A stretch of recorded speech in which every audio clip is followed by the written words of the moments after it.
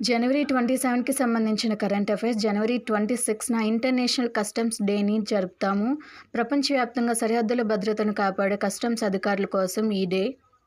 2026 గణతంత్ర దినోత్సవ పరేడ్ భారత సైనిక సామర్థ్యంలో వచ్చిన విప్లవాత్మక మార్పులకు వేదికగా నిలిచింది. ఈసారి పరేడ్లో సరికొత్త రక్షణ వ్యవస్థలతో పాటు అరుదైన జంతు దళాలు కూడా అరంగేట్రం చేశాయి. కేంద్ర హోంమంత్రి అమిత్ షా దిబ్రూఘర్లోని కనికా స్టేడియంను ప్రారంభించారు.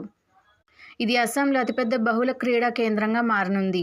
పాకిస్తాన్లోని ఇస్లామాబాద్ అంతర్జాతీయ విమానాశ్రయ నిర్వహణ బాధ్యతల నుండి తప్పుకున్నట్లు యునైటెడ్ అరబ్ ఎమిరేట్స్ అధికారికంగా ప్రకటించింది. 2025 మే నెలలో భారత్, పాకిస్తాన్ల మధ్య జరిగిన ఆపరేషన్ సింధూర్పై స్విట్జర్లాండ్కు చెందిన centre for military history and perspective studies కీలక నివేదికను వెల్లడించింది. బీహార్లోని గండక్ నది ఇప్పుడు భారతదేశంలో క్రిటికల్ ఎండేంజర్లో ఉన్న ఘరియల్స్కు రెండో అతిపెద్ద నివాసంగా అవతరించింది. ప్రముఖ ఫ్యాషన్ డిజైనర్ మరియు మాజీ pop star Victoria Beckham France దేశపు ప్రతిష్టాత్మక సాంస్కృతిక పురస్కారం ఆర్డర్ ఆఫ్ ఆర్ట్స్ అండ్ లెటర్స్లో నైట్హుడ్ గౌరవాన్ని అందుకున్నారు. కర్ణాటకలోని గడక్ జిల్లా లక్కుండి గ్రామంలో జరుగుతున్న తవ్వకాల్లో నయాశీల యుగం నాటి అవశేషాలు బయటపడ్డాయి. దీనివల్ల యునెస్కో ప్రపంచ వారసత్వ హోదా లభించే అవకాశాలు మెరుగుపడ్డాయి. 2026 గణతంత్ర వేడుకలు భారత సైనిక మరియు సామాజిక చరిత్రలో అనేక తొలి ఘనతలకు సాక్ష్యంగా నిలిచాయి. వాటికి సంబంధించిన డీటెయిల్స్. ప్రభుత్వ పాఠశాలలను ఆధునిక విద్యా కేంద్రాలుగా తీర్చిదిద్దే లక్ష్యంతో కేంద్ర ప్రభుత్వం ప్రవేశపెట్టిన పీఎం శ్రీ పథకం అమల్లో ఏపీ విశిష్ట గుర్తింపు పొందింది.